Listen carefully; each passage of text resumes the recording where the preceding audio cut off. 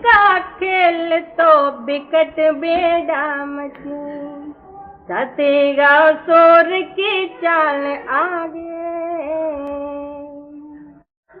ಸಾಧು ಸಾಧು ಅನ್ನೋದು ಎರಡೇ ಅಕ್ಷರ ಅದಾವ. ಮಾತ್ರ ಸಾಧುಗಳ ಸಿದ್ಧಾಂತ, ಸಾಧುಗಳ ನಡಾವಳಿ ಎಷ್ಟು ಕಠಿಣದಂದ್ರೆ ಅದು ಹೇಳಲಿಕ್ಕೆ ಬರುವುದಿಲ್ಲ. ಸಾಧ ಆಗೋದೇನು, ಹೊರಗಿನ ಸಾಧ ಆಗೋದಕ್ಕೆ ಏನು ತಡ ಇಲ್ಲ. ಒಂದು 3 ನಯ ಪೈಸಾ ಬಣ್ಣ ಬಡ್ಕೊಂಡೇನು ಸಾಧ ಆಗಿಬಿಟ್ಟು ನಾನು, ಅದು ಆಗೋದಕ್ಕೇನು ತಡ ಇಲ್ಲ. ಪರಂತು ಸಾಧು ಕೋಟಿಯಲ್ಲಿ ಒಬ್ಬರು ಇರಬಹುದು. ಸಾಧು ಅನಿಸಿಕೊಳ್ಳೋದೇನು ಸುಲಭವಾದದ್ದು, ನಡೆಯೋದು ಮಹಾ ಕಠಿಣ. ಅದಕ್ಕೆ ಕಬೀರ್ ಸಾಹೇಬರು ಏನಂತಾರೆ, ಸಾಧು, ಸತಿ ಮತ್ತು ಸೂರ್ಮ ಇವರು ಮೂವರದು ಒಂದೇ ಸಮನ. ಅಂತೂ ಸಾಧುಗಳದ್ದು ಎಲ್ಲದಕ್ಕಿಂತಲೂ ವಿಶೇಷ. ಸತಿ ಅಂದ್ರೆ ಸಹಗಮನ ಹೋಗ್ತಕ್ಕಂಥ ಸ್ತ್ರೀಗಳು, ಸೂರ್ ಪುರುಷನು ರಣಮೈದಾನದಲ್ಲಿ ಯುದ್ಧ ಮಾಡತಕ್ಕಂಥವನಿಗೆ ಸಾಧು ಅಂದ್ರೆ ಸಾಧು. ಸೂರ್ ಪುರುಷಂದು ಜಯ ಅಪಜಯ ಅಲ್ಲಿವರೆಗೆ ಇರ್ತದೆ. ಎಲ್ಲಿವರೆಗಿನೂ ಆತನು ರಣಮೈದಾನದಲ್ಲಿ ಯುದ್ಧಕ್ಕೆ ನಿಂತಾನ, ಅಲ್ಲಿಯವರೆಗಿನ ಮಾತ್ರ ಅವನಿಗೆ ಕಠಿಣತಾ ಮತ್ತು ಜಯ ಅಪಜಯದ್ದೇನದಂದ್ರೆ ಕೀರ್ತಿ ಬರ್ತಕ್ಕಂಥ. ರಣಮೈದಾನ ಸಮಾಪ್ತ ಆದ ಕೂಡಲೇ ಅವನಿಗೆ ಕೀರ್ತಿ ಬಂದುಬಿಡ್ತು. ಸಹಗಮನ ಹೋಗ್ತಕ್ಕಂಥ ಸ್ತ್ರೀಯಳು ಒಂದು 10 ನಿಮಿಷ ಅಥವಾ 15 ನಿಮಿಷದವರೆಗೆ ಅವಳಿಗೆ ಕಷ್ಟ ಸಹನ ಮಾಡಬಹುದು. ಅಲ್ಲಿಂದ ಆಕೆಗೆ ಕೀರ್ತಿ ಬಂದುಬಿಡ್ತದೆ. ಏನು, ಎಲ್ಲಿಯವರೆಗಿನೂ ಬೆಂಕಿ ಜ್ವಾಲೆ ಮೇಯಿಗೆ ತಗುಲ್ತದೋ ಅಲ್ಲಿಯವರೆಗಿನ ಮಾತ್ರ ಆಕೆಗೆ ಕಷ್ಟತರವಾಗಿ ತೋರಬಹುದು. ತದನಂತರ ಆಕೆ ಗೆದ್ದು ಬಿಟ್ಲು. ಸಾಧುಗಳು ಎಲ್ಲಿಯವರೆಗೂ ಈ ಶರೀರದಲ್ಲಿ ಶ್ವಾಸದ ಸಂಚಾರದೋ ಅಲ್ಲಿಯವರೆಗೂ ಇವ್ರದ್ದು ಯುದ್ಧದ. ಯಾವ ವೇಳೆಯಲ್ಲಿ ಮನಸ್ಸ ಯಾವ ರೂಪ ತಾಳಿ ಇವನಿಗೆ ಕೆಳಗೆ ಕೆಡವಿತ್ತು ಅನ್ನತಕ್ಕಂಥದ್ದು ಹೇಳಕ್ಕೂ ಬರುವುದಿಲ್ಲ. ಇವ್ರದ್ದು ಗಂಟೆ, 15 ನಿಮಿಷ, 2 ಗಂಟೆ, 4 ಗಂಟೆ ಇಷ್ಟೇ ಆಗಬಹುದು. ಸಾಧುಗಳದು ಮಾತ್ರ ಜನ್ಮದವರಿಗೆ.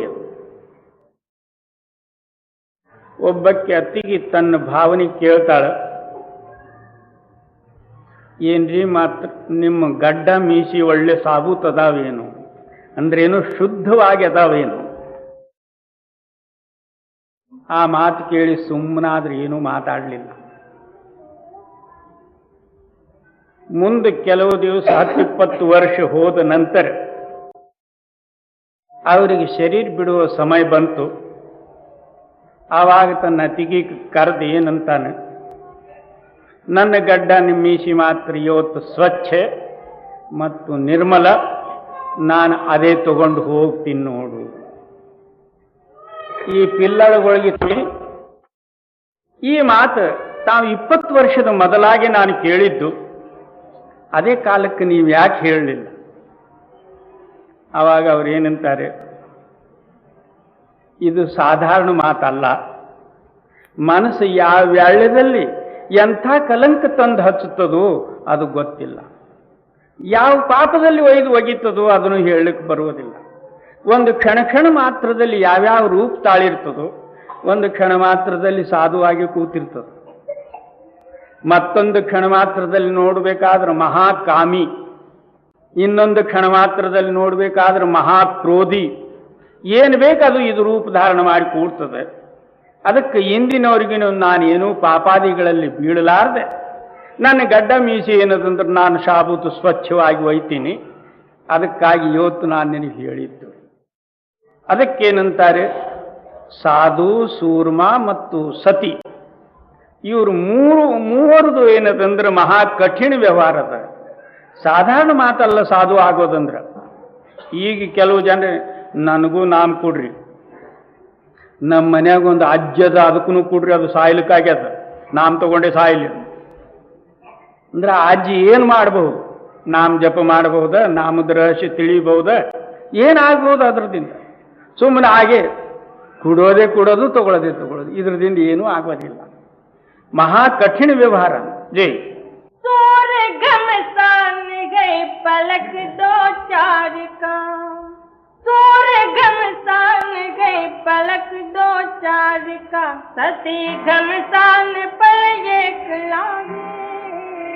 ಸೂರ ರಣಮೈದಾನದಲ್ಲಿ ನಿಂತು ಯುದ್ಧ ಮಾಡೋ ಕಾಲದಲ್ಲೇ ಮಾತ್ರ ಅವನಿಗೆ ಆ ಕಠಿಣಾಗಿ ಇದೆ. ಸಹಗಮನ ಹೋಗ್ತಕ್ಕಂಥ ಸ್ತ್ರೀಯಳು ಎಲ್ಲಿಯವರೆಗೂ ಬೆಂಕಿ ಮೇಲೆ ಕೂತಿಲ್ಲ, ಅಲ್ಲಿಯವರೆಗೂ ಮಾತ್ರ ಕಠಿಣ ಕಾಣಿಸ್ತದೆ. ಒಮ್ಮೆ ಬೆಂಕಿಯಾಗ ಕೂತ್ ಬಳಕ ಆಗಿಬಿಡ್ತದೆ. ಮತ್ತು ಸಾಧುಗಳದ ಹಾಗಿಲ್ಲ, ಜನ್ಮದವರಿಗೆ ಅದ. ಜೈ साध संग्राम गई रैन दिन जूझना, देग पर्यंत का कर्म भाई. ಸಾಧುಗಳದೇನದಂದ್ರೆ ಯುದ್ಧ ಶರೀರ ಇರೋವರೆಗಿನೂ ಅದ. ಇವ್ರದ್ದು ಹೊರಗಿಂದು ಯುದ್ಧ ಏನದಂದ್ರೆ ಎದುರು ನಿಂತಹ ವೈರಿಗಳು, ಶತ್ರುಗಳು ನಮಗೆ ಕಾಣಬಹುದು. ಸತಿ ಸಹಗಮನ ಹೋಗ್ತಕ್ಕಂಥ ಸ್ತ್ರೀಯಳಿಗೂ ಸಹ ಬೆಂಕಿ ಪಂಕಿ ಕಾಣಬಹುದು. ಸಾಧುಗಳು ಶತ್ರು ಕಾಣಿಸೋದಿಲ್ಲ, ಯಾವಾಗ ಬಂದು ಅವ್ರು ಹಾಕಿರ್ತಾರೋ ಗೊತ್ತಾಗೋದಿಲ್ಲ. ಕಾಮಿ ಇಂಥ ಪ್ರಬಲವಾದಂಥ ಶಕ್ತಿ ಅದ.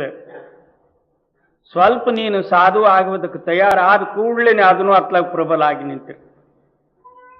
ಯಮದೇವರು ದೂತರು ಇವರೇ ಯಮದೂತರು ಅಂದ್ರೆ ಮತ್ತೆ ಇನ್ನೊಬ್ರು ಯಾರು?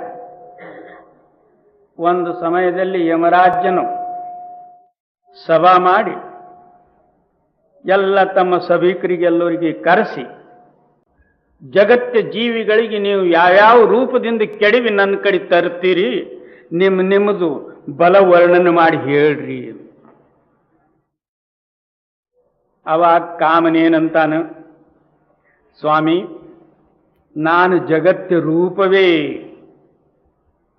ಯಾರಿಗೂ ಬಿಡುವುದಿಲ್ಲ. ಬೇಕಾದಂಥವ್ರು ನನ್ನ ಮುಂದೆ ಏನದು ಹೊರಳಾಡಿ ಹೋಗ್ತಾರೆ, ನನ್ನಂತ ಬಲವಾನ್ ಯಾರೂ ಇಲ್ಲ. ಆವಾಗ ಕ್ರೋಧನು ಬಂದು ಏನು ಹೇಳ್ತಾನೆ, ಇವಂದು ಎಷ್ಟರ ಕತೀರಿ, ನಾನು ಒಬ್ಬರು ಹೊಟ್ಟೆಯಲ್ಲಿ ಪ್ರೇರಣೆಯಾಗಿ ಬೆಂಕಿ ತಯಾರು ಮಾಡಿಬಿಟ್ರೆ ಒಬ್ರಿಗೊಬ್ರು ಹೊಡೆದಾಡಿ ಸತ್ಯ ಹೋಗ್ತಾರೆ, ಕಾಮೆಯಲ್ಲಿರ್ತಾನೆ ಅಲ್ಲಿದ್ರು. ನನಗಿಂತ ಇವನೇನು ಬಲ ಅಲ್ಲ. ಅಲ್ಲಿದ್ದು ಲೋಭ ಬಂದು ಹೇಳ್ತಾನೆ, ಇವ್ರದು ಸಾಧಾರಣ ಮಾತನ್ನು ನನ್ನ ಮುಂದೆ ಇವ್ರದೇನು, ನಾನು ಯಾರು ಹೊಟ್ಟೆಯಲ್ಲಿ ಕೂತು ನನಗೆ ಬೇಕು ಅಂಥೇಳಿ ಉತ್ಪನ್ನ ಮಾಡಲಾರ್ದೆ ಇವ್ರದ್ದು ಜಗಳ ಆಗೋದಿಲ್ಲ, ನಾನು ಇವ್ರಕ್ಕಿಂತಲೂ ಬಲವಾದಂಥವನು. ಅಲ್ಲಿಂದ ಮೋಹ ಏನಂತಾನ, ನೀನು ಬೇಕು ಅಂತ ಹಿಂದಿಂದ ಅನ್ಬಹುದು, ನಾನು ಮೋಹಗೊಂಡು ಹೋಗ್ಲಾರ್ದೆ ಮಾತ್ರ ನೀನ್ಯಾಕೆ ಬೇಕಂತಿ, ನಾನು ನಿನಕ್ಕಿಂತಲೂ ದೊಡ್ಡವನು. ಅಲ್ಲಿಂದ ಅಹಂಕಾರ, ನಾನು ಅನ್ನುವುದು ಇರದೇ ಹೋದ ಪಕ್ಷದಲ್ಲಿ ನೀವು ಎಲ್ಲರೂ ಏನು ಮಾಡೀರಿ? ತಮ್ಮದು ಬಲ ಎಲ್ಲ ಪೌರಷ್ಯ ಇವರು ವರ್ಣನೆ ಮಾಡಿದರು. ಆವಾಗ ಇನ್ನೊಬ್ಬನು ಬಂದ, ಇವರು ಎಲ್ಲರಿಗಿಂತಲೂ ಹಿರಿಯ ಅಣ್ಣ. ಅವನು ಯಾರಂದ್ರೆ, ನನಗೆ ಪರಮಾರ್ಥವೇ ಬೇಕಿಲ್ಲ ಅಂತ ಹೇಳಿ ನಿರಾಶೆ ನಾಸ್ತಿಕತ್ವ ಯಾರಲ್ಲಿ ಉಂಟು ಮಾಡ್ತೀನಿ ಅಂದ್ರೆ, ನೀವು ಏಸು ಮಂದಿ ಇದ್ರೆ ರೀ ಏನು, ನನಗಿದು ಬ್ಯಾಡೆ ಬ್ಯಾಡ ಅಂತ ಅಲ್ಲಿಂದ ಏನದ, ನಾನು ಎಲ್ಲರಿಗಿಂತಲೂ ಶ್ರೇಷ್ಠ. ಅದರಂತೆ ಯಮದೇವ್ರನು ಎಲ್ಲರಿಗಿಂತಲೂ ಅವನಿಗೆ ಏನದಂದ್ರೆ ಬಹುಮಾನ ಕೊಟ್ಟ. ನನಗೆ ಪರಮಾರ್ಥ ಬ್ಯಾಡ, ಸ್ವಲ್ಪ ಬೇಕಂದ್ರೆ ಕಾಮಗಾದ್ರೂ ಹಿಡಿಬಹುದು, ಕ್ರೋಧಕ್ಕಾದ್ರೂ ಹಿಡಿಬಹುದು, ನನಗೆ ಬ್ಯಾಡೆ ಬ್ಯಾಡ ಅಂದ್ರೆ ಅಲ್ಲಿಂದ ಏನದ, ಅದಕ್ಕೆ ನೀನೇ ದೊಡ್ಡವನು ಎಲ್ಲರಿಗಿಂತ. ಹಾಗೆ ಇಂಥವು ಏನದ ಅಂದ್ರೆ ನಮ್ಮ ಹೃದಯದಲ್ಲಿ ಪರಮ ಶತ್ರುಗಳದಾವ. ಇವಕ್ಕೆಲ್ಲ ತಡೆದು ಶೀಲ, ಸಂತೋಷ, ಕ್ಷಮ, ನಮ್ರತ ಇವೆಲ್ಲ ಧಾರಣ ಮಾಡಿ ಆ ವೇಳೆಯಲ್ಲಿ ಪರಮಾತ್ಮನ ಚಿಂತನೆ ಮಾಡಿದಾಗ ಈ ಉಪಾಧಿಗಳು ತಪ್ಪುತ್ತಾವ. ಇಲ್ದ್ರೆ ಸಹಜವಾಗಿ ಆಗಿತ್ತ ಸಾಧು ಅಂದ ಕೂಡ್ಲೇನೆ ಸುಮ್ಮನೆ ಸಾಧು ಅಂತ ಎತ್ತಿನ ಹೆಸರನ್ನು ಇಟ್ಟಿರ್ತೇವೆ ನಾವು. ಜಿ साध संग्राम गए रैन दिन जूझना देख पर्यंत का काम भाई कगे कबीर टुक बाग ढीली करे उलट मन गगन से जमी आई. ಅದಕ್ಕೇನಂತಾರ, ಒಂದು ಸ್ವಲ್ಪ ಕಿಂಚಿತ್ ಮಾತ್ರ ನಿನ್ನ ದೃಢತಾದಲ್ಲಿ ಸ್ವಲ್ಪ ನೀನು ಕೆಳಗೆ ಇಳಿದು ಕೂಡ್ಲೇನೆ ಆಕಾಶಕ್ಕೆ ಹೋದಂತ ಮನಸ್ಸು ಕೆಳಗೆ ಬಂದ್ಬಿಡ್ತು. ಇಂಥದ್ದೇನದಂದ್ರೆ ಆ ಮನುಷ್ಯನಲ್ಲಿ ಪ್ರಬಲ ಶಕ್ತಿ ಅದ. ಸಾಧು ಆಗೋದು ಸುಮ್ಮನಲ್ಲ. ಜಿ भगत सब कोई करे भरम ना करे भरम जंजाल दुख दुंद भारी. ಸರ್ವರು ಭಕ್ತಿ ಮಾಡ್ತಾರೆ, ಮಾತ್ರ ಎಲ್ಲಿಯವರೆಗೂ ಭ್ರಮರೂಪವಾದಂತಹ ಜಾಲಿ ದೂರ ಆಗಿಲ್ಲ, ಅಲ್ಲಿಯವರೆಗೂ ಇವನು ಭಕ್ತಿ ಸಫಲತೆ ಹೊಂದುವುದೇ ಇಲ್ಲ. ಈಗ ಎಷ್ಟು ಮಂದಿ ಭಕ್ತಿ ಮಾಡ್ತಿರಬಹುದು, ಪರಂತು ಆ ಭಕ್ತಿ ಎಲ್ಲಿ ಹೋಗಿ ಮುಟ್ಟುತ್ತದೋ ಗೊತ್ತಿಲ್ಲ. ಮಾಡೋದೇನು ನಿಜವೇ, ತನ್ನಷ್ಟಕ್ಕೆ ತಾನು ನಾನು ಸತ್ಸಂಗಿ, ನಾನು ನಾಮಧಾರಿ, ನಾನು ಭಕ್ತಿ ಮಾಡ್ತೀನಿ ಅಂತ ಹೇಳಿನು ಭಾವಿಸಿರ್ತಾನೆ, ಪರಂತು ನಿಜವಾದಂಥದ್ದು ಒಂದೂ ಇರೋದಿಲ್ಲ ಅದರಲ್ಲಿ. ಜಿ काल के जाल में जगत सब फंदिया आस की डोर जम जोर डारी. ಆ ಕಾಲ ಪುರುಷನು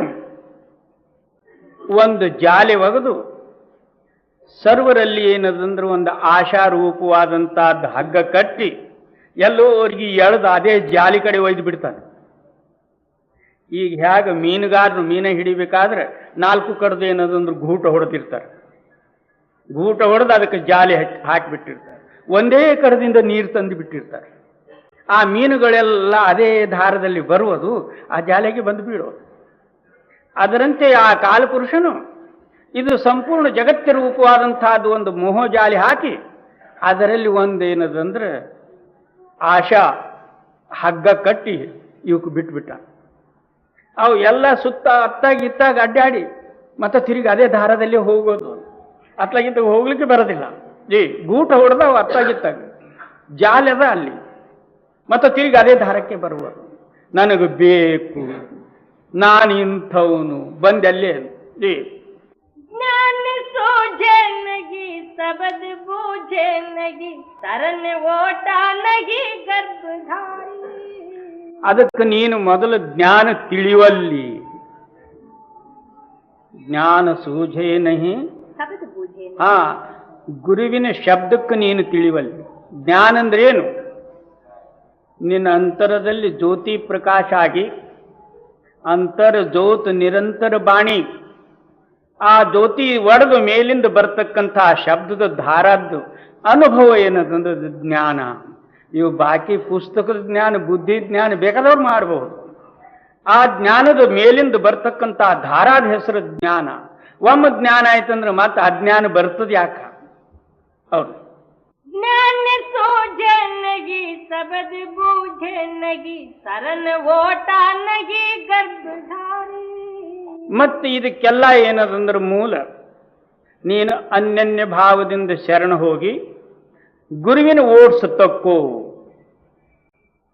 ಈ ಹೊರಗಿನ ಓಡ್ಸಕ್ಕೆ ಓಡಾಡ್ತೇವೆ ನಾವು. ಏನಂದ್ರೆ ನಾನು ಮೆಂಬರ್ ಆಗಬೇಕು. ಮೆಂಬರ್ ಅಂದ್ರೆ ಏನು? ಮ್ಯಾಮ್ಯಾ ಅನ್ನೋ ಮೆಂಬರ್. ಸೆಕ್ರೆಟರಿ ಅಂದ್ರೆ ಏನು? ಸಿಕ್ರಿಯೇಟ್ ಹಾಕವನು ಸೆಕ್ರೆಟರಿ. ಪ್ರೆಸಿಡೆಂಟ್ ಅಂದ್ರೆ ಏನು? ಪ್ರೆಸ್ ಮಾಡಿ ಏಟ್ ಹಾಕವನು ಅವನು ಪ್ರೆಸಿಡೆಂಟ. ಇದ್ರಾಗ ಇವು ಓಡಾಡವು. ಇನ್ನು ಗುರುವಿನ ಓಟ್ ಎಲ್ಲಿ ತಂದಾರು ಅವರು? ज्ञान सोझे नगी सबद बूझे नगी तरन ओटा नगी गर्भधारी. ಇಂಥ ಪುರುಷರಿಗೆ ಏನದಂದ್ರೆ ಮತ್ತೆ ಗರ್ಭ ಯೋನಿಯಲ್ಲಿ ಬರೆಯಬೇಕಾಗ್ತದ. ಜೈ ब्रह्मचर्य नगी भरम पूजत फिरे ये के नैन को फोड़ डारी. ಅದಕ್ಕೆ ನೀನು ಬ್ರಹ್ಮ ವಸ್ತುಕ್ಕೆ ತಿಳಿಯುವಲ್ಲಿ ಮತ್ತು ನಿನ್ನ ಭ್ರಮ ಬಿಡುವಲ್ಲಿ ನಿನ್ನ ಹೃದಯ ಕಣ್ಣು ಯಾಕೆ ಒಡ್ಕೊಂಡು ಕೂತಿದಿ? ನಿನ್ನ ಹೃದಯ ಕಣ್ಣು ಮುಚ್ಚಿಬಿಟ್ಟದ. ಈ ಹೊರಗಿನ ಕಣ್ಣು ಮಾತ್ರ ಬೇಕಾದಷ್ಟು ಕಾಣಿಸಲಿಲ್ಲ ಅಂದ್ರೆ ಸುಲೋಚನೂ ಹತ್ಕೋಬಹುದು. ಒಳಗಿಂದ ಒಂದು ಕಣ್ಣದಲ್ಲ, ಹೃದಯ ಕಣ್ಣು, ಅದ್ಯಾಕೆ ಮುಚ್ಕೊಂಡು ಕೂತಿದೀಯ? ಅದು ತೆರೆದು ನೋಡಂದ್ರೆ ಅವಾಗ ಕಾಣಿಸ್ತದ.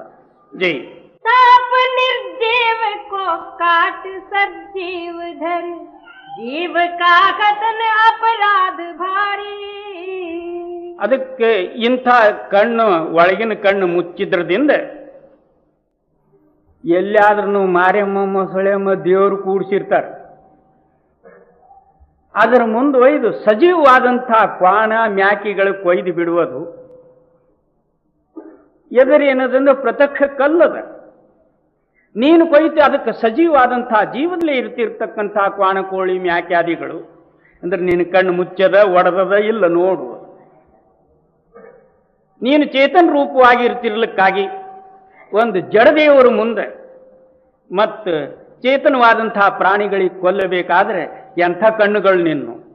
ಜೈ जीव का दर्द बेदर्द कसके नहीं, जीभ के स्वाद नित जीव मारी.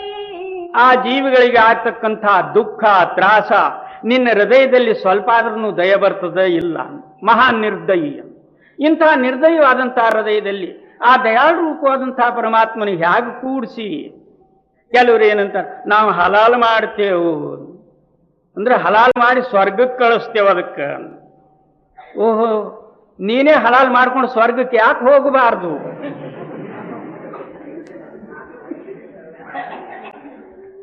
ನಿನಗೆ ಸ್ವರ್ಗ ಬೇಕಾಗಿಲ್ಲ, ಮ್ಯಾಕಿಗೆ ಬೇಕಾಗಿದೆ. ಇವು ಇಂಥವೆಲ್ಲ ಏನದಂದ್ರೆ ಜಡಭಾವನದಲ್ಲಿ ನಮ್ಮ ಆಯುಷ್ಯ ಕಳ್ಕೊಂಡು ಹೋಗ್ಬಿಡ್ತೇವೆ. ಜೈ जीव का दर्द बेदर्द कसके नहीं, जीभ के स्वाद नित जीव मारी. एक पग ठाड़ कर जोर बिनती कर, रच बल जाव शरणार्थी गारी. ಕೆಲವರು ಏನದಂದ್ರೆ ಈ ಪ್ರಕಾರ ಕೋಳಿ ಮ್ಯಾಕೆಗೆ ಕೊಯ್ದು ಆ ದೇವರ ಮುಂದಿಟ್ಟು ಒಂಟಗಾಲೇ ನಿಂತು, ಹೇ ಭಗವಂತ ಅಥವಾ ಮಾರೆಮ್ಮ ಮೊಸಳೆಮ್ಮ ನೀ ನನ್ನ ರಕ್ಷೆ ಮಾಡು.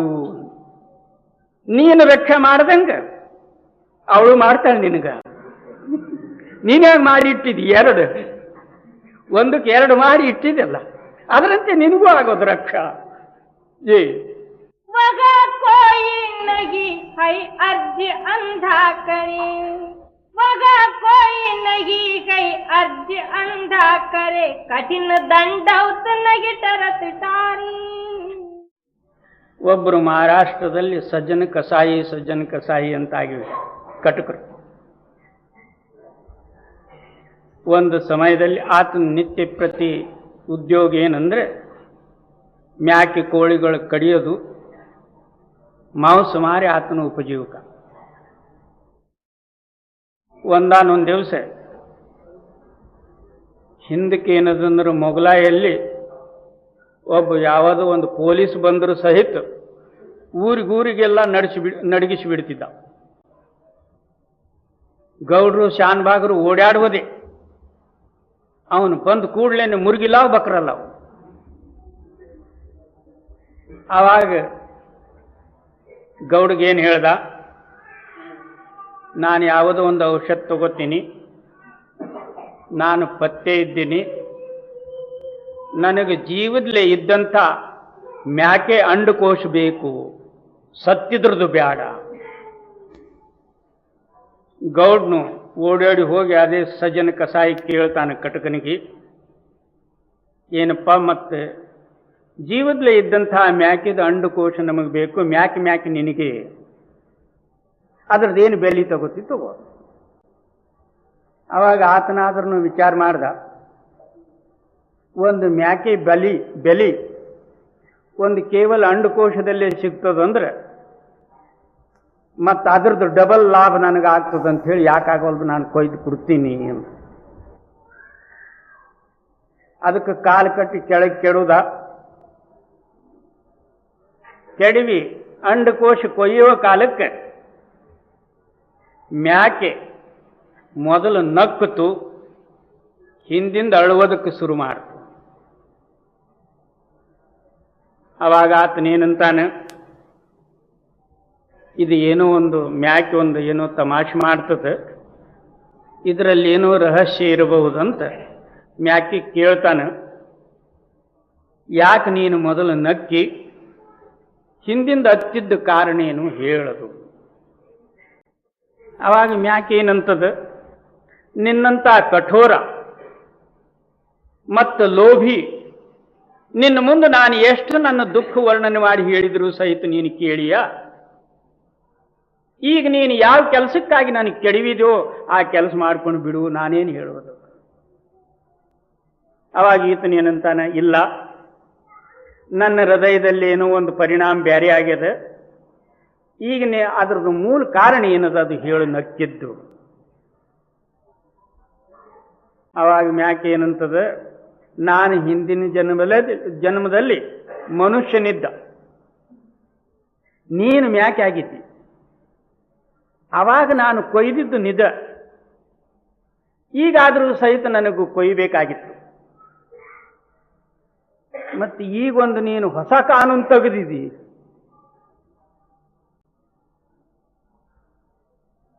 ಅದಕ್ಕೆ ನನಗಾದರೂ ಸಹಿತ ಮುಂದೆ ಇಂಥದ್ದೇ ಒಂದು ಹೊಸ ಕಾನೂನು ತೆಗಿಬೇಕಾದಿತ್ತು ಅಂತ ನಗು ಬರ್ತದ. ಹಾಗೆ ನಾನು ಜೀವದಲ್ಲೇ ಇರ್ತಿರ್ಲಿಕ್ಕಾಗಿ ಅಂಡಕೋಶ ತೆಗಿತಕ್ಕಂಥ ದುಃಖ ಸಹನ ಮಾಡಬೇಕಲ್ಲ ಅಂಥೇಳಿ ಹಿಂದಿಂದ ನನಗೆ ಅಳು ಬಂತು. ಮೊದಲಿ ನಾನೇನದಂದ್ರೆ ಈತನಿಗೆ ಕೊಂದಿದ್ದು ನಿಜ, ಈತನು ಕೊಲ್ಲಬೇಕಾಗಿತ್ತು. ಅದು ಬಿಟ್ಟು ಇದು ಒಂದು ಹೊಸ ಕಾನೂನು ತೆಗಿತಾನೆ, ಇನ್ನು ನನಗೂ ಒಂದು ಹೊಸ ಕಾನೂನು ತೆಗಿಬೇಕಾಗಿತ್ತು ಅಂತ ಹೇಳಿ ನಗು ಬಂತು. ಅದೇ ಕಾಲಕ್ಕೆ ಕಾಲು ಬಿಚ್ಚಿ ಚೂರಿ ಪಾರಿ ಅತ್ಲಾಗೆಲ್ಲ ಒಗೆದು ಆ ಅಂದಿನ ಹಿಡಿದು ಆತನು ಸಾಧು ಆಗಿಬಿಟ್ಟ. ಹಾಗೆ ಪ್ರತಿಯೊಂದು ಪ್ರಾಣಿಗಳಲ್ಲಿ ನೀನು ಮಾಡತಕ್ಕಂಥ ನೋವು ದುಃಖ ಆಗ್ತದೆ. ಆ ದುಃಖ ಅದಕ್ಕೆ ಅಲ್ಲ, ನಿನಗಾಗಬೇಕಾಗಿತ್ತು ಹೊರತಾಗಿ ನಿನಗಾಗವಲ್ದು. ನಿನ್ನ ಹೃದಯದಲ್ಲಿ ದಯ ಇತ್ತಂದ್ರೆ ಆ ದುಃಖ ನಿನಗಾಗ್ತಿತ್ತು. ದಯನೇ ಇಲ್ಲ, ನೀನು ಕಠೋರ ಮತ್ತು ನಿರ್ದಯಿ. ಇಂಥ ನಿರ್ದಯಿ ಪುರುಷನು ದಯಾಳರೂಪವಾದಂತಹ ಪರಮಾತ್ಮನ ಚಿಂತನೆ ಹೇಗೆ ಮಾಡ್ಯಾನು. ಪರಮಾತ್ಮ ದೂರಿಲ್ಲ, ನಿನ್ನ ಹೃದಯದಲ್ಲಿ ಅದಾನ. ಇವೆಲ್ಲ ಗುಣಗಳು ಮೊದಲು ಕಲಿ, ತದನಂತರ ಪರಮಾತ್ಮ ಸಿಗ್ತಾನೆ. ಜೈ मगा कोई नहीं कई अर्ज अंधा करे, कठिन दंडौत नहीं डरत डारी. ನೀನು ಮಾಡಿದಂತ ದಂಡ ಶಿಕ್ಷಕ ಏನು ಕಠಿಣತ್ವ ಮಾಡಿದ್ಯೋ ಅದಕ್ಕೆ ದಂಡ ಶಿಕ್ಷೆ ಸಿಗಲಾರದೆ ಬಿಡುವುದಿಲ್ಲ. ಜೈ जीव अपराध सिर पर चढ़ाई के, रतन सो जन्म सो कार डारी. ಅದಕ್ಕೇನಂತಾರೆ, ಇಂಥ ಏನದಂದ್ರೆ ಹತ್ಯೆ ಮಾಡಿ ಮಾಡಿ ಸರ್ವ ಜೀವಿಗಳದೆಲ್ಲ ಅಪರಾಧ ನಿನ್ನ ತಲೆ ಮೇಲೆ ಹೊತ್ತುಕೊಂಡು ಅಮೂಲ್ಯವಾದಂತಹ ಮನುಷ್ಯ ಶರೀರ ರೂಪವಾದಂತಹ ರತ್ನ ನೀನು ಹಾಗೆ ಕಳೆದು ಬಿಟ್ಟಿ. ಇಂಥ ಶರೀರ ಸಿಕ್ಕಿತ್ತ ಮತ್ತೆ ಇದರಲ್ಲಿ ಬ್ರಹ್ಮ, ಇದರಲ್ಲಿ ವಿಷ್ಣು, ಶಂಕರ, 33 ಕೋಟಿ ದೇವರ, ಈಶ್ವರ, ಪರಮೇಶ್ವರ, ಆತ್ಮ, ಪರಮಾತ್ಮ ಎಲ್ಲ ಇದರಲ್ಲಿ ಅದಾರಂತ ಹೇಳ್ತೀರಿ. ಮತ್ತೆ ನಡೆಯೋದು ಎತ್ತಲಗೋ ಏನು? ಆತ್ಮನ ಎಲ್ಲಿ ಅದನು? ನಮ್ಮಲ್ಲಿ ಅದನ್ನು ಎಂದದನಪ್ಪ, ನೀನೆಂದು ನೋಡಿದಿ? ಪರಮಾತ್ಮನ ಎಲ್ಲಿ ಅದ? ನಮ್ಮಲ್ಲಿ ಅದನು ಎಂದ ಇದ್ದದ್ದೆ ಅಂತ ನೀನು ನೋಡಿದ್ದೆ ಅಂತ. ಮತ್ತೆ ವೇದಾದಿಗಳನ್ನು ಹೇಳ್ತಾವ, ಅವೆಲ್ಲ ಕೇಳೋದು ಮತ್ತೆ ಕಿವುಡ್ನಂತೆ ನಡೆಯೋದು. ಏನು ಹೇಳೋದು? ಜೈ कबीर तू साच की नजर कर, बोलता ब्रह्म घट में उजारी. ಅದಕ್ಕೆ ನೀನು ಸತ್ಯದ ದೃಷ್ಟಿ ಪ್ರಾಪ್ತ ಮಾಡ್ಕೋ. ಎಲ್ಲಿ ನೋಡಿದ್ರು ಸತ್ಯ ಭಾವದಿಂದ ನೋಡು, ಸದ್ಭಾವದಿಂದ ನೋಡು. ಕ್ರೂರ ಮತ್ತು ಲೋಭ ದೃಷ್ಟಿಯಿಂದ ನೋಡಬೇಡ. ಜೈ जागते देव को सेव रे मुग्ध नर, नहीं तो बिकल चित्त कोई सोई. ಅದಕ್ಕೇನಂತಾರೆ, ಜಾಗೃತವಾದಂಥ ನರನ ಪೂಜಾ ಮಾಡು, ಇಲ್ದ್ರೆ ನೀನು ವಿಕಲಂದ್ರೆ ನಷ್ಟ ಆಗಿ ಹೋಗ್ಬೇಕಾಗಿತ್ತು. ಜಾಗೃತ ಆದಂತಹ ಪುರುಷನಿಗೆ ಸೇವಾ ಮಾಡಲಾರ್ದೆ ಜಡವಾದಂತಹ ಕಲ್ಲು ಮಣ್ಣಾದಿಗಳಿಗೆ ಪೂಜೆ ಮಾಡಿದ್ರೆ ನಿನಗೇನು ಸಿಕ್ಕಿತ್ತು? ಪ್ರತ್ಯಕ್ಷವಾಗಿ ನೀನು ಎದುರು ನೋಡ್ತಿ, ಮತ್ತು ನಿನ್ನ ಹೃದಯ ಕಣ್ಣುಗಳು ಒಡ್ಕೊಂಡು ಬಿಟ್ಟಿದಿ ಅಂದ್ರೆ ಏನು ಹೇಳೋದು? ಜಿ ನಂಬಿದ ಸ್ತ್ರೀಯಳಿಗೆ ಪತಿ ಒಬ್ಬ ಕಾಣಿರೋ, ನಂಬಬಲ್ಲ ಭಕ್ತಂಗೆ ದೇವನೊಬ್ಬ ಕಾಣಿರೋ. ಬೇಡ ಬೇಡ ಅನ್ಯ ದೈವದ ಸಂಗವಲ್ಲ, ಬೇಡ ಬೇಡ ಅನ್ಯ ದೈವವೆಂಬುದು ಹಾದರ ಕಾಣಿರೋ. ಕೂಡಲ ಸಂಗಮ ದೇವ ಕಂಡರೆ ಮೂಗ ಕೊಯ್ವ ಕಾಣಿರೋ. ಒಬ್ಬನೇ ಪರಮಾತ್ಮನ ಇದ್ದದ್ದು. 28 ಏಸ ನಮ್ಮಲ್ಲಿ ದೇವರುಗಳದಾವ, ದೇವರೇ ಬಲ್ಲ. ಮನುಷ್ಯರಿಗೆ ಮನೆ ಸಿಗಲಿಕ್ಕಿಲ್ಲ. ದೇವ್ರ ಮನೆ ಮಾತ್ರ ಒಂದು ನಿಜವಾಗಿ ನಮ್ಮ ಮನೆಯಲ್ಲಿ ಇರೇ ಇರ್ತದೆ. ಅದೊಂದು ಬ್ಯಾರೆ ಮಾಡ್ಕೊಂಡು ಬಿಟ್ಟಿರ್ತೇವೆ. ಅಲ್ಲಿ ಈಸು ತಂದಿಟ್ಟಿರ್ತೇವೆ ಹುಟ್ಟಿ ತುಂಬ.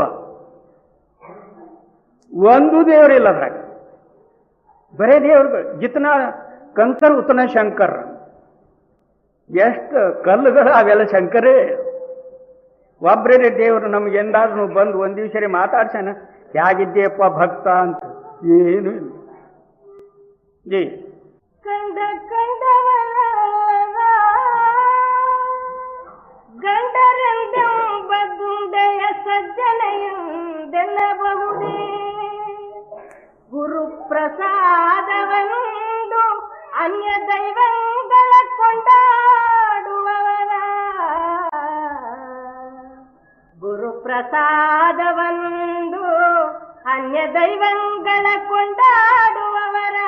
ನಮ್ಮ ಕೂಡಲ ಸಂಗಮ ದೇವ ಆ ಭಂಡರಿಗೆ ಮಾಡಿದ ಕುಳದ ಕೊಂಡವನು.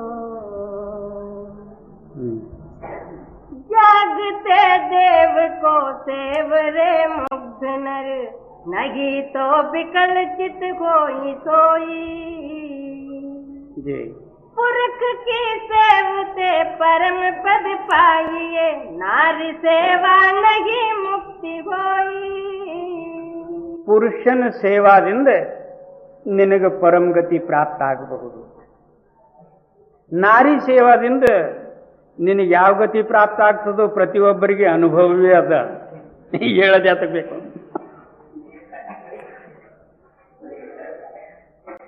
ಪುರುಷ ಅಂದ್ರೆ ಬರೀ ಗಂಡಸೇ ಅಲ್ಲ. ಪುರ ಅಂದ್ರೆ ಈ ಶರೀರ, ಈಶ. ಈ ಪುರದಲ್ಲಿ ಇರ್ತಕ್ಕಂಥ ಈಶನ ಸೇವಾ ಮಾಡಿದ್ರೆ ನಿನಗೆ ಪರಮಗತಿ ಪ್ರಾಪ್ತ ಆಗಬಹುದು. ನಾರಿ ಅಂದ್ರೆ ಮಾಯಾ. ಮಾಯಾ ಅನ್ನತಕ್ಕಂಥ ಶಬ್ದಾರ್ಥ ಅಂದ್ರೆ ಏನು? ಮಾಯಾ ಅಂದ್ರೆ ಏನು? ಎಲ್ಲರೂ ಮಾಯಾ ಮಾಯನೇ ಅಂತ. ಮಾಯಾ ಅಂದ್ರೆ ಏನು? ಅವು ಪಿಲ್ಲರ್ಗಳಿಗೆ ತೆಗಿರಿ ನೀನು. ಸೇವತೆ ಪರಮ ಪದ ಪಾಯಿಯೇ ನಾರಿ ಸೇವಾ ನಹಿ ಮುಕ್ತಿ ಹೋಯಿ. ಮಾಯಾ ಅಂದ್ರೆ ಏನು? ಎಲ್ಲರೂ ಮಾಯಾ ಮಾಯನೇ ಅಂತಾರೆ. ಮಾಯಾ ಅಂದ್ರೆ ಏನು? ಕೆಲವರು ಏನಂದ್ರು ಮಾಯಾ ಅಂದ್ರೆ ಸ್ತ್ರೀ ಅಂತ. ಏನೋ ಒಂದು ಅವ್ರ ಭಾವದಿಂದ ಇದ್ರೆ ಇರಬಹುದು. ಮಾಯಾ ಅಂದ್ರೆ ಏನು? ಇರಲಾರ್ದ ವಸ್ತುಕ್ಕೆ ಮಾಯಾ ಅನ್ನೋದು. ಯಾವ ವಸ್ತು ಇಲ್ಲವೋ ಅದರ ಹೆಸರು ಮಾಯಾ. ಈಗ ಪ್ರತಿಯೊಂದು ಜಗತ್ತದ ಪದಾರ್ಥ ಅದು ಇಲ್ಲ, ನಿನ್ನ ಭಾವದಿಂದ ಮಾತ್ರ ನಿನಗೆ ಪ್ರತೀತ ಆಗ್ತದೆ ಹೊರತಾಗಿ ಆ ವಸ್ತು ನಿಜವಾಗಿ ಇಲ್ಲ. ಆದಿದಲ್ಲಿಯೂ ಇಲ್ಲ, ಅಂತ್ಯದಲ್ಲಿಯೂ ಇಲ್ಲ, ಮಧ್ಯದಲ್ಲಿಯೂ ಇಲ್ಲ. ಅದು ಹೇಗೆ? ಒಂದು ಮನೆಯಲ್ಲಿ ಒಬ್ಬಳು ಸ್ತ್ರೀ, ಅತ್ತಿ ಮಾವ ಸೊಸಿ ಅವರು ಇವರು ಎಷ್ಟೋ ಮಂದಿ ಅದಾರೆ. ಅವರವರು ಭಾವದಂತೆ ಅವ್ರಿಗೆ ತೋರ್ತಾಳೆ ಹೊರತಾಗಿ ಆಕೆ ಮಾತ್ರ ಇದಕ್ಕಿದ್ದಂಗೆ ಅದಾಳೆ. ಯಾರ್ಯಾರು ಮಕ್ಕಳು ನೋಡ್ತಾರೆ ತಾಯಿ ಭಾವದಿಂದ, ಅವರಿಗೆ ತಾಯಿಯಾಗಿ ತೋರಿದ್ರು ಅಂದ್ರೆ ಇವ್ರ ಕಲ್ಪನಾನೇ. ಗಂಡಗೆ ಸ್ತ್ರೀ ಆಗಿ ತೋರಿದ್ರು, ತಂಗಿಗೆ ಅಕ್ಕ ಆಗಿ ತೋರಿದ್ರು, ಅಕ್ಕಗೆ ತಂಗಿ ಆಗಿ ತೋರಿದ್ರು. ಇವೆಲ್ಲ ಇವ್ರದ್ದು ಭಾವನೆ. ಒಂದು ನಿಜವಿಲ್ಲಲ್ಲ. ನಿಜ ಇತ್ತಂದ್ರೆ ಈಸ ಆಗ್ತಿದ್ದಿಲ್ಲ, ಈಸ 28 ಆಗ್ತಿದ್ದಿಲ್ಲ, ಒಂದೇ ಇರ್ತಿತ್ತು. ಅಂದ್ರೆ ಇರಲಾರ್ದಂತಹ ವಸ್ತುದ ಹೆಸರು ಮಾಯಾ. ಮಾಯಾ ಅಂದ್ರೆ ಏನು? ಏನು ಇರಲಾರ್ದು. ಅದು ಯಾವ ವೇಳೆಯಲ್ಲಿ ನಿನಗೆ ಗೊತ್ತಾಗ್ತದೆ, ಪ್ರತೀತ ಆಗ್ತದೆ ಅಂದ್ರೆ ನಿನ್ನ ಅಂತರದಲ್ಲಿ ಇದ್ದಂತಹ ವಸ್ತುಕ್ಕೆ ನೋಡಿದ್ರೆ ಇದು ಸುಳ್ಳಾಗಿ ತೋರ್ತದೆ. ಅಲ್ಲಿಯವರಿಗೂ ಮಾತ್ರ ಅದರಲ್ಲಿ ಹೊರಳಾಡೋದು. ಜೈ पुरख परमात्मा देव निर्वाण गई नारी यह करत परपंच सारा. ಆ ಪುರುಷ ಶರೀರ ಮತ್ತು ಪುರುಷನ ಸಿದ್ಧಾಂತ ಏನದಂದ್ರೆ ನಿರ್ವಾಣ ಮತ್ತು ಸರ್ವಾತೀತ ಅಗಮ್ಯವಾದಂತಹ ಶಕ್ತಿ ಹೆಸರು ಪುರುಷ. ನಾರಿ ಏನದಂದ್ರೆ ಇದೇ ಮಾಯಾ. ಇದು ಅಷ್ಟು ಎಲ್ಲ ಪ್ರಪಂಚ ಏನದು ಸುತ್ತಕೊಂಡು ಕೂತದ. ಭೋಗ ಜನನ ಕಾರಣ ಭಯಿ ಜನನಿ, ಪೂಜಾ ಕಾರಣ ಭಯಿ ದೇವಿ, ಭೋಗ ಕಾರಣ ಭೈ ಕಾಂತ ಅಂತ ಕಾಲಕ್ಕಿ ಕಾಲಕ. ಹುಟ್ಟಿಸುವುದಕ್ಕೆ ಅದೇ ತಾಯಾಗಿ ಕೂತು, ಪೂಜಾ ಮಾಡೋದಕ್ಕೆ ದೇವಿ ಆಯಿತು, ಭೋಗಕ್ಕೆ ಸ್ತ್ರೀಯಾಗಿ ನಿಂತು, ತಿನ್ನುವುದಕ್ಕೆ ಅದೇ ಮೃತ್ಯುದೇವಿ ಆಗಿ ಕೂತು, ಎಲ್ಲ ಜಗ್ಗಿದಕ್ಕೆ ಹಿಪ್ಪಿ ಮಾಡಿ ಕಡೆಗೆ ನುಂಗಿಬಿಡೋದು. ನುಂಗಿ ಮತ್ತೇನು ಹೇಳೋದು, ನನಗೇನು ಹೇಳ್ತಿ ಹೇಳು, ನೀನು ಹೋಗಿ ನಡೆದಿ ಹಿಂದು ಬಿಟ್ಟದು ತಾನೇ.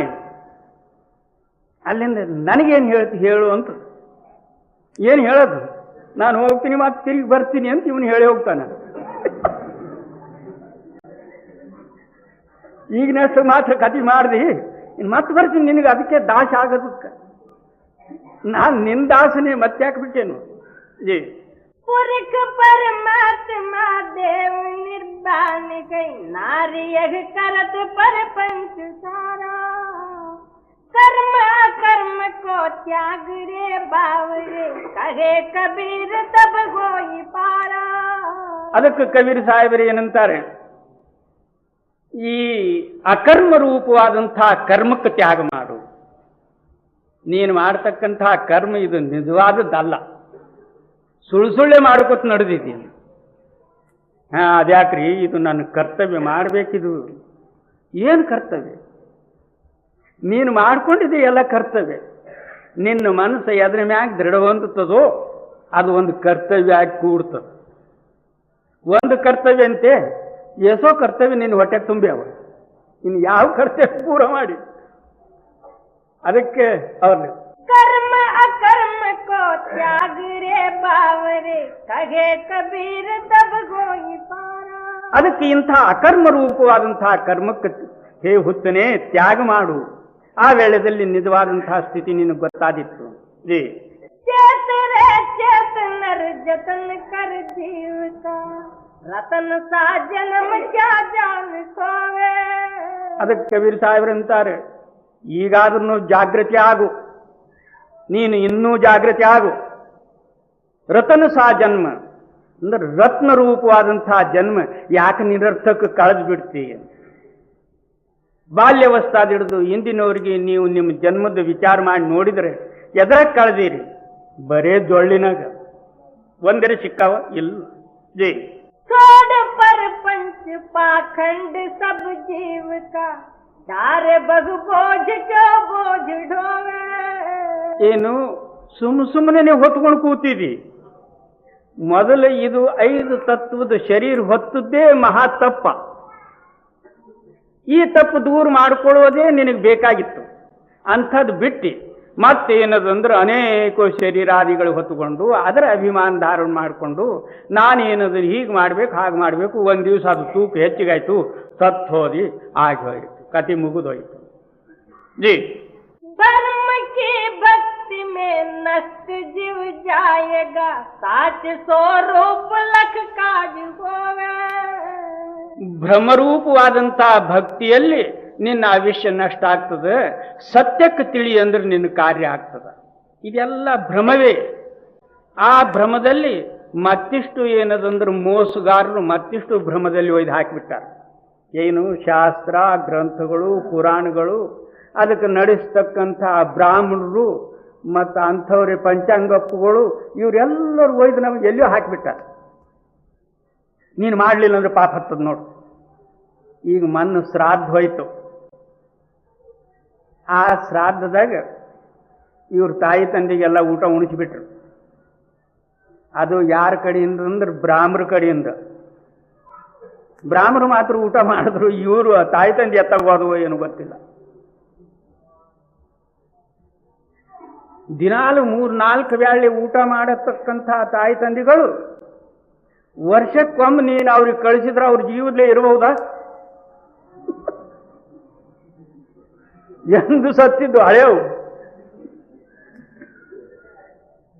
ಇಂಥವೆಲ್ಲ ಬ್ರಾಹ್ಮರು ಏನಂದ್ರೆ ನಮ್ಮ ಮುಂದೆ ಎದುರು ಇಟ್ಟು ಕೆಲಸ ಮಾಡ್ಕೊಂಡು ಬಿಡ್ತಾರೆ. ಅವ್ರು ತಮ್ಮ ಕೆಲಸ ಮಾಡ್ತಾವ್ರು, ಹೊರತಾಗಿ ನಿಮ್ಮ ತಾಯಿ ತಂದೆಗೆ ಎಲ್ಲಿ ಒಯ್ದು ಕೊಡ್ತಾರೆ. ಅವರು ಇಲ್ಲೇ ನೀನು ಇಲ್ಲೇ, ಅವ್ರು ಎಷ್ಟು ಒಯ್ದು. ಒಂದು ಸಮಯದಲ್ಲಿ ಹರಿದ್ವಾರದಲ್ಲಿ ಗಂಗಾ ತಟ ಅಲ್ಲಿ ಸ್ವಲ್ಪ ಸ್ವಲ್ಪ ಜಾಗ ಏನದಂದ್ರೆ ಬ್ರಾಹ್ಮರು ಹಂಚ್ಕೊಂಡು ಬಿಟ್ಟಿರ್ತಾರೆ. ಅದನ್ನು ಏನದಂದ್ರೆ ವರ್ಷಕ್ಕೊಮ್ಮೆ ಟ್ಯಾಕ್ಸ್ ತುಂಬ್ತಾರೆ ಆ ಜಾಗಕ್ಕೆ ಬ್ರಾಹ್ಮರು. ಅದು ವಂಶ ಪರಂಪರೆ ನಡ್ಕೋತ ಬಂದಿರ್ತದೆ. ಇಲ್ಲಿ ಹೋದಂಥ ಯಾತ್ರಿಕರಿಗೆಲ್ಲ ಹರಿದ್ವಾರದಲ್ಲಿ ಭಾಳ ಚಳಿ ಮತ್ತು ನೀರು ಭಾಳ ತಣ್ಣಗ, ಬರ್ಫ್ ಮಂಜು ಕರಗಿ ನೀರು ಬರ್ತಾವು, ಮಳೆ ನೀರಲ್ಲ. ಇವ್ರಿಗೆ ಒಯ್ದು ಬಟ್ಟೆ ಎಲ್ಲ ಬಿಚ್ಚಿಸಿ ಅದ್ರಾಗ ನಿಲ್ಲಿಸಿ ಬಿಡೋದು. ಮ್ಯಾಗ ಚೆಂಬು ತಗೊಂಡು ನೀರು ಹಾಕೋತೇ ಇರೋದು, ಹೊರಗಂಗೆ ಹೊರಗಂಗೆ. ಸಣ್ಣಗೆ ಒಂದು ನಡುಗುತ್ತಿರ್ತಾನೆ ಕೆಳಗ. ಆವಾಗ ಇವ್ರೇನಂತ ಗೋದಾನ್, ಹಸ್ತಿದಾನ್, ಗಜದಾನ್, ಭೂದಾನ್, ಸುವರ್ಣದಾನ್, ಕೊಡುವಾಗ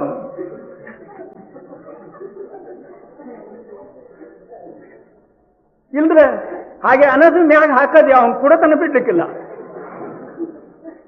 ಥಂಡಿಗೆ ನಡಿಗೆ ಮತ್ತೇನು ಮಂತ್ರ ಅನ್ನೋದು, ಹರಿದ್ವಾರೆ ಕಣಕಲೆ ಕರ್ತೆ ಸ್ನಾನಂಚೆ ಪುನರ್ಜನ್ಮನ ವಿದ್ಯತೆ.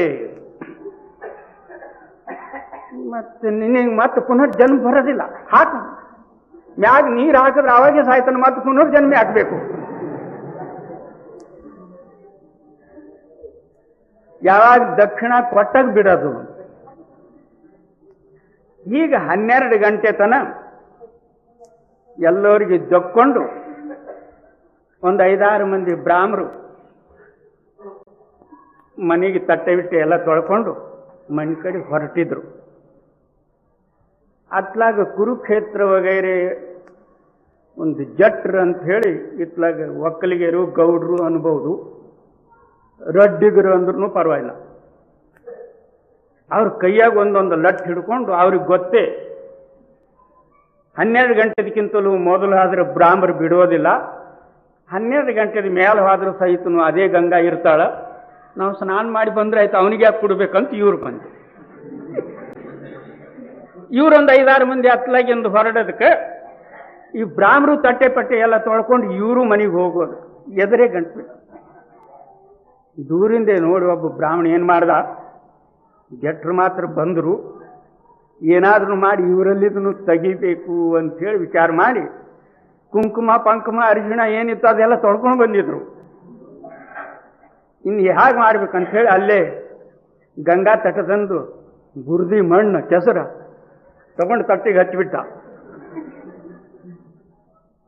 ಅದು ದೂರಿಂದ ಆ ಜಟ್ಟು ನೋಡ್ದ, ಓಹೋ ಬ್ರಾಹ್ಮಣ ಏನು ತಮಾಷೆ ಮಾಡ್ದ.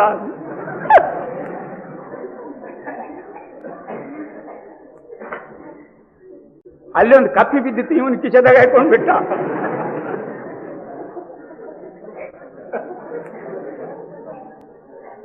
ಆಯ್ತು, ಅವರು ಅತ್ಲಾಗಿಂದ ಇವ್ರು ಇತ್ಲಾಗಿಂದ ಸಮೀಪ ಬಂದ್ರು. ಬ್ರಾಹ್ಮಣ ಏನ್ ಮಾಡ್ದ, ಆ ತಟ್ಟೆ ಒಳಗಿಂದ ಕೆಸರ ಹೆಬ್ಬರಳಿಗೆ ಹಚ್ಚಿ ಬ್ರಹ್ಮ ಬಚನ ಪ್ರಮಾಣ ಗಂಗಾಜಿ ಕಿ ಮಿಟ್ಟಿ ಚಂದನ ಕರಿಕೆ ಮಾನ್ ಅಂತ ಹೇಳಿ ಅವನಿಗೆ ಚಿಲುಕ್ ಒಯ್ದು ಹಚ್ಚಿಬಿಟ್ಟ. ಗಂಗಾದ ಮಣ್ಣು ಇದು ಚಂದನ ಅಂತ ತಿಳಿ ಅಂತೇಳಿ ಚಿಲುಕ್ ಹಚ್ಚಿಬಿಟ್ಟ. ಅವನು ಜಟ್ ಏನು ಮಾಡದನ್ ಕಿಶದನ್ ಕಪ್ಪಿ ತೆಗೆದು ಜಟ್ಟ ವಚನ ಪ್ರಮಾಣ गंगा की मंडू को गौ करके मान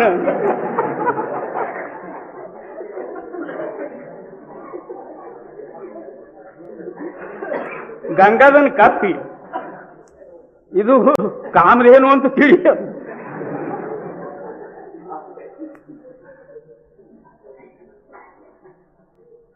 ಆವಾಗ ತಣ್ಣಗಾದ ಬ್ರಾಹ್ಮಣ ಹೋಗ್ರಿ ಅತ್ಲಾಗ.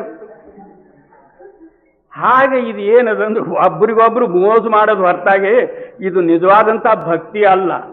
ಅವ್ರು धर्म की भक्ति में नष्ट जीव जाएगा, 700 रूप लख काज होगा. ಅದಕ್ಕೆ ಭ್ರಮದ ಭಕ್ತಿಯಲ್ಲಿ ಏನದಂದ್ರೆ ನಿನ್ನ ಆವಿಷ್ಯ ನಷ್ಟ ಮಾಡ್ಕೋಬೇಡ, ನಿನ್ನಲ್ಲಿರ್ತಕ್ಕಂಥ ಸದ್ಭಕ್ತಿ ನೀನ್ ತಿಳಿ. ಜೈ ಭಯ ಭಗತ್ ವಿಸ್ತಾರ ಮೂರತ್ ಪೂಜೆ ಶಿಲಾ ಜಡ್ ಸೇ ನಿತ ನೇಮ ಧೋವ. ಏನಾಯ್ತು, ಬೇಕಾದಷ್ಟು ಕರ್ಮಕಾಂಡವು ಮಾಡ್ದಿ, ಎಷ್ಟೋ ದೇವ್ರ ತಂದು ಮನ್ಯಾಗ ಏನೋ ಪೂಜೆನೂ ಮಾಡ್ದಿ, ರಾಮಾಯಣಮ ಕೇಶವಾಯನಮ ಗೋವಿಂದಾಯನಮ ಆಗೋಯ್ತು ಕಥೆ. जी बहुत लवलीन कोई संक धुन करत गई घंट घन घोर अंदोर गोवे ಬೇಕಾದಷ್ಟು ಶಂಖಧ್ವನಿನೂ ಮಾಡಿದಿ, ಗಂಟೆಗಳು ಬಾರಿಸಿದಿ, ಜಾಗಟಿಗಳನ್ನು ಬಾರಿಸಿದಿ, ಏನು ಪಂಚಾಮೃತವೂ ತಯಾರು ಮಾಡಿದಿ. ತಿಂದು ಯಾರಂದ್ರೆ ನೀನೇ.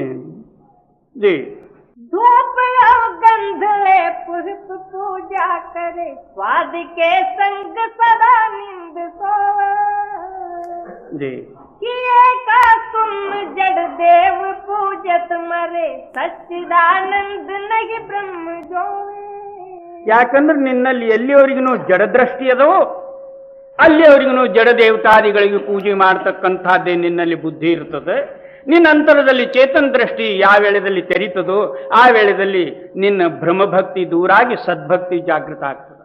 ಜೈ किए का तुम जड़ देव पूजत मरे सच्चिदानंद नहीं ब्रह्म जोवे बोलता ब्रह्म सिर ताज गई सबन का प्रगट पर तच्छ क्या जान खोवे ಏನು ಮಾತಾಡ್ತಕ್ಕಂಥ ಬ್ರಹ್ಮ ಸರ್ವರು ಸಿರುಮುಕುಟದಾನ, ಸರ್ವರಲ್ಲಿ ಪ್ರತ್ಯಕ್ಷದಾನ. ಮತ್ತು ನೀನು ಇದು ಇಷ್ಟು ಎಲ್ಲ ತಿಳಿದು ಯಾಕೆ ನಿನ್ನ ಪ್ರಾಣ ನಷ್ಟ ಮಾಡ್ಕೋತೀಯ? ಎಲ್ಲರಲ್ಲಿನೂ ಆತನೇ ಅದಾನ. ನೀನೊಂದು ಸ್ವಲ್ಪ ಏನದಂದ್ರೆ ಮೇಲಕ್ಕೆ ಬಾ, ಸರ್ವದಲ್ಲಿ ಇದ್ದಂತಹ ಪರಮಾತ್ಮ ನಿನಗೆ ಕಾಣಿಸ್ತಾನ. ಕೆಳಗೆ ಕೂತು ನೀನು ಅತ್ಲಾಗಿ ಇತ್ಲಾಗಿ ಬೇಕಾದಷ್ಟು ದೇವ್ರಿಗೆ ಪೂಜೆ ಮಾಡಿದ್ರೆ ಏನದ? ಜೀ ಪ್ರಾಣನು ಪರಮಾನು ಕಾಣದೆ ಒಳಗಿರಲು ಮಾಡದೆ ಸಿಲೆಯ ಕಿಡಿದದಕಿ ಪ್ರಾಣನು ಪರಮಾನು ಕಾಣದೆ ಒಳಗಿರಲು ಮಾಡದೆ ಸಿಲೆಯ ಕಿಡಿದದಕಿ ಮಾಡದೆ ಸಿಲೆಯ ಕಿಡಿದದಕ್ಕೆ ಮೂರ್ಖದ ಪ್ರಾಣಾತ್ಮನೆಂಬ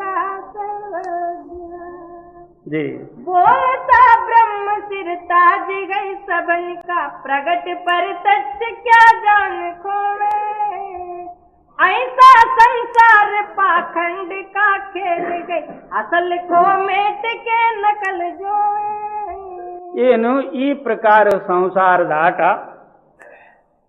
ಇದೆಲ್ಲ ಪಾಖಂಡ ತೋರಿಸುವುದಕ್ಕೆ. ನಾವು ದೇವ್ರ ಪೂಜೆ ಪವ್ರ ಪೂಜೆ ಮಾಡೋದಾದ್ರೂ ತೋರಿಸುವುದಕ್ಕೆ ಹೊರತಾಗಿ ನಮಗಾಗಿಲ್ಲ. ಯಾವುದಾದ್ರೂ ಸಹಿತನು ಹೊರಗೆ ಪೂಜಾ ಪಾಠಾದಿಗಳು ಮಾಡ್ತೇವೆ, ಹೊರಗೆ ತೋರಿಸೋದೇ ಆಯ್ತಲ್ಲ. ನೀನು ಒಳಗಿನ ದೇವ್ರಿಗೆ ಏನಾಯ್ತು ಅವ್ರೆ? ಹಾ, ಅಸಲು ಸತ್ಯ ಇದ್ದಿದ್ದು ಅದು ಅಳಕಿಸಿ ಬಿಡುವುದು, ನಕಲ್ ಸುಳ್ಳು ಇದ್ದಿದ್ದೇನದನ್ನು ಮ್ಯಾಗ್ ತಗೊಂಡು ಓಡಾಡುವುದು. ಜೈ कहे कबीर विचार बिन दुनिया काल के संग सदा निंद सोवे ಅದಕ್ಕೆ ಕಬೀರ್ ಸಾಹೇಬರು ಏನಂತಾರೆ, ಇಂಥ ದಿವ್ಯ ವಿಚಾರ ಇರಲಾರದ ಪಕ್ಷದಲ್ಲಿ ಅಜ್ಞಾನ ರೂಪವಾದಂತಹ ನಿದ್ರೆಯಲ್ಲಿ ಮಲಗಿ ಕಾಲವಶಾತವಾಗಿ ಈ ಶರೀರ ಕಳ್ಕೊಂಡು ಹೋಗಿಬಿಡ್ತಾರೆ. ಜೈ कहे कबीर विचार बिन दुनिया काल के संग सदा